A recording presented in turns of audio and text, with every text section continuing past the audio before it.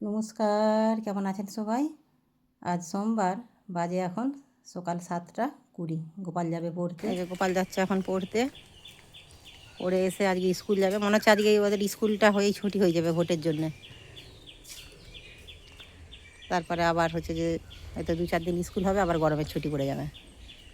গরমটাও প্রচণ্ড বাড়ছে, রোদের তাপ। আর এই যে দাঁড়ান আপনাদেরকে একটা জিনিস, আমাদের যে নতুন গাছের আম হয়েছে, এই যে একদম হাতের নাগালে। এই যে হাত বাড়ালেই পাড়া হয়ে যাবে।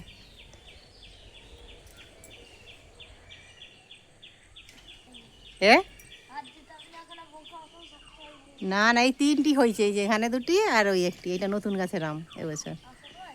এখনো আছে কোথায়? ঠিক আছে, তুমি যাও। আর ওই যে যেটির কথা বলছিলাম, ঝড়ে হচ্ছে যে শুয়ে পড়েছে পুকুর ধারে। গাছটি কাটতে হবে, একা তো পারা যাবে না, দেখি লোক দেখতে হবে, লোকে কাটতে হবে, লোক দেখে। আর ওই যে একটা আম আছে ওই গাছটা, ওই যে দেখা যাচ্ছে একটা আম আছে। প্রচুর আম বকুল ধরেছিল। চলুন 8 নম্বর সারি, গাছগুলো একটু জল দেবো ছাতে দিয়ে। এই যে গোপাল এখন পড়ে চলে এসছে। ও এখন ডিম ভাজা করছে, যে পান্তা ভাত খাবে ডিম ভাজা দিয়ে। বাহ, বাবু তুমি ডিম ভাজা করতে পারো? শিখে গেছিস? ঠিক আছে। আর কি? ডিম ভাজা, হুম মশলা ভাত, হুম।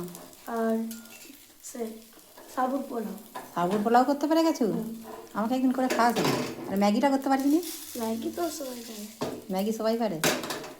ও, মানে জীবনে প্রথম রান্না শেখার কারণটা হলো ম্যাগি। আর চা। আচ্ছা, ওর আমাকে কালো জিরে চা করে একদিন খাইছিল। আমি উল্টে দেবো না? উল্টে নেবে? আচ্ছা, দেখা যাক কী করে কি উল্টায়। একটু হোক হোক, খন্তিটা ভিতর দিকে আস্তে আস্তে করতে হবে বেশি করে।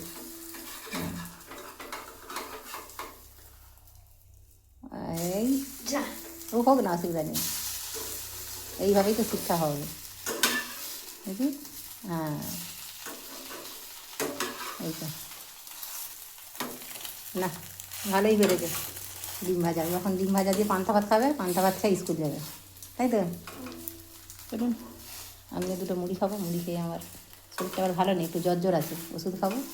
খেয়ে তারপরে বাকি কাজকর্ম সারবো। আজকে একটু বন্ধ যাওয়ার ছিল, কিন্তু বাইরে এত রোদ বেরিয়েছে, আর শরীরটাও ভালো নেই। আজকে আর যাবো না, গেলে দেখি ভাবছি কালকে যাবো।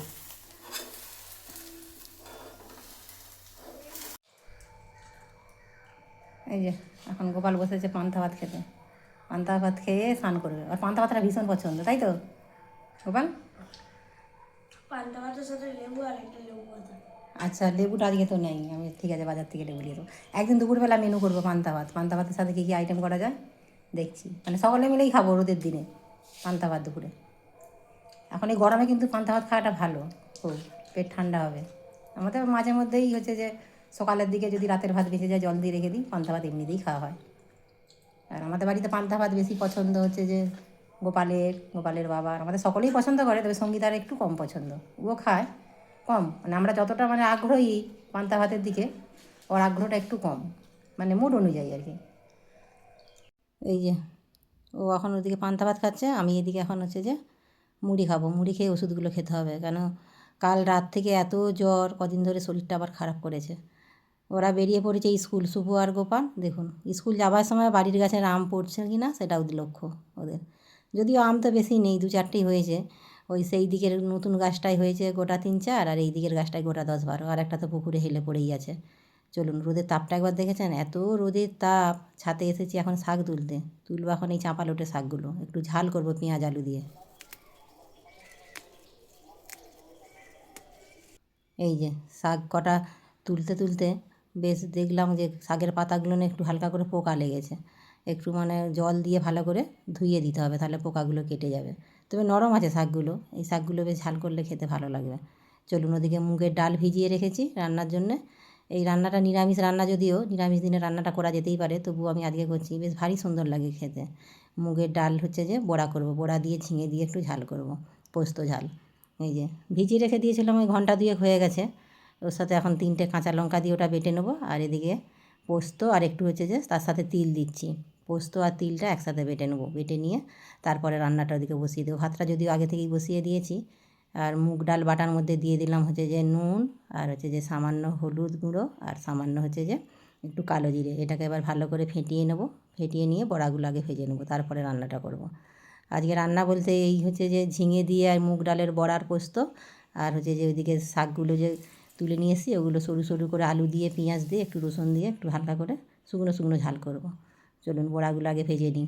বড়াগুলো আগে ভেজে নিই, তারপরে হচ্ছে যে ওইদিকে রান্নাটা বসাবো। বড়াগুলো বেশ ভারী সুন্দর, মানে নিরামিষ দিনে যারা নিরামিষ খায় এই রান্নাটা করতে পারেন, খুব সুন্দর লাগবে। এবারে লাল লাল করে ভালো করে ভেজে নিয়েছি, একটু হালকা মাঝারি আঁচে, কেন খুব বেশি আঁচ দিলে উপরটাই পুড়ে যাবে, ভেতর থেকে আর হবে না, সেই জন্যই আর কি। আর এদিকে করবো এই রান্নাটা পুরো কাঁচা লঙ্কা দিয়ে। গরমের দিনে পেট ঠান্ডার জন্য এই রান্নাটা বেশ ভারী সুন্দর। কাঁচা লঙ্কা বলতে এগুলো গাছেরই লঙ্কা, কুল লঙ্কা, যদিও পেকে গেছে লাল লাল, প্রচণ্ড ঝাল। চলুন এই লঙ্কা কটা চিড়ে নিয়েছি, এইগুলো দিয়েই করব।